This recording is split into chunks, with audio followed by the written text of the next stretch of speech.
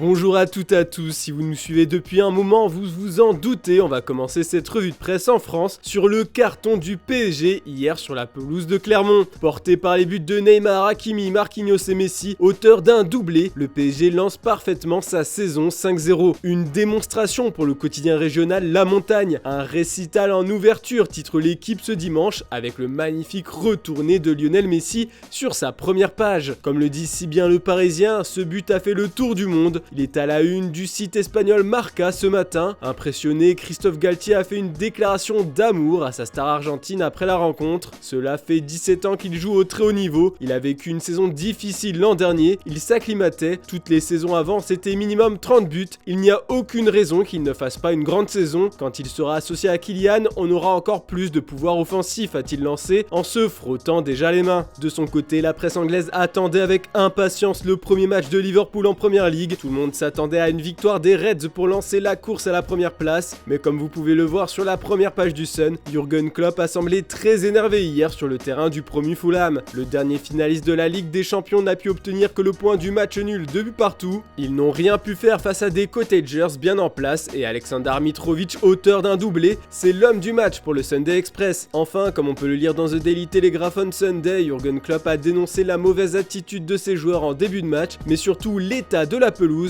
Pour l'Allemand, le terrain était trop sec pour pouvoir jouer comme il le souhaite. Puis hier, Chelsea s'est imposé sans briller à Everton pour lancer sa saison grâce à un penalty de Jorginho. Mais maintenant, on va fermer la page résultats pour parler mercato. Eric Ten Hag a ajouté un nouvel attaquant à sa liste des priorités à recruter cet été, Cody Gakpo. D'après le Sunday Mirror, le buteur de 23 ans du PSV Eindhoven ne serait pas contre rejoindre les Red Devils si son club est éliminé en barrage de Ligue des Champions. Pour rappel, le club néerlandais est allé chercher un match nul 1-1 au stade Louis II contre Monaco. Pour Ten Hag, c'est la meilleure alternative pour remplacer Cristiano Ronaldo en conflit avec sa direction et Anthony Martial blessé. Surtout, il devrait coûter moins cher qu'Anthony, pour qui il faudrait faire un chèque de 80 millions d'euros à l'Ajax. Et ce n'est pas tout, selon les dernières révélations du Daily Star on Sunday, Manchester United se serait renseigné sur la disponibilité de Sané, bloqué par la concurrence et l'arrivée de Sadio Mané cet été. L'Allemand pourrait voir son temps de jeu se réduire, un retour en Angleterre ne serait donc pas à exclure pour lui. Puis Cristiano Ronaldo a pris une décision importante pour sa saison,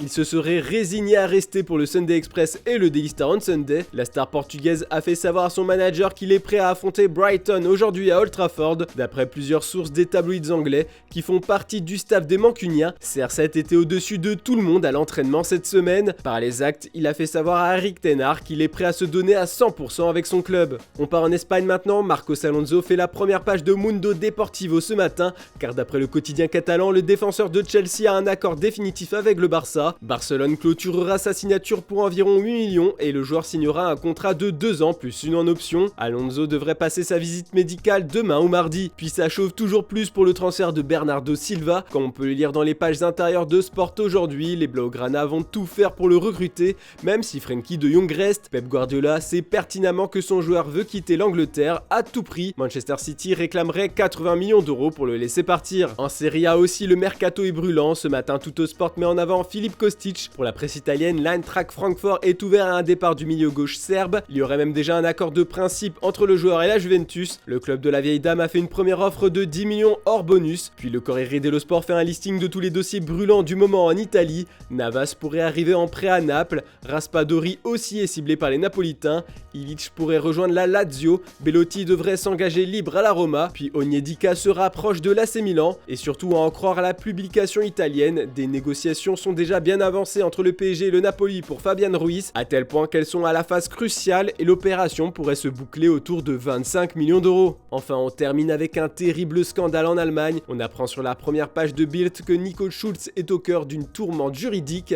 L'ex-petit ami du défenseur du Borussia Dortmund a déposé plainte contre lui pour violence conjugale. 2 semaines avant la naissance de leur fille, le footballeur international allemand aurait donné un coup de pied à sa copine dans le ventre. Le quotidien allemand relaye aussi un message WhatsApp où la victime l'accuse de l'avoir frappé quand elle était nue dans son appartement. Depuis que la nouvelle a fait le tour de l'Allemagne et maintenant de l'Europe, le joueur a fermé tous ses réseaux sociaux. Voilà, c'est tout pour ce dimanche. N'oubliez pas le JT Foot Mercato du week-end en fin de journée. Et à demain pour une nouvelle revue de presse. Bon dimanche à tous.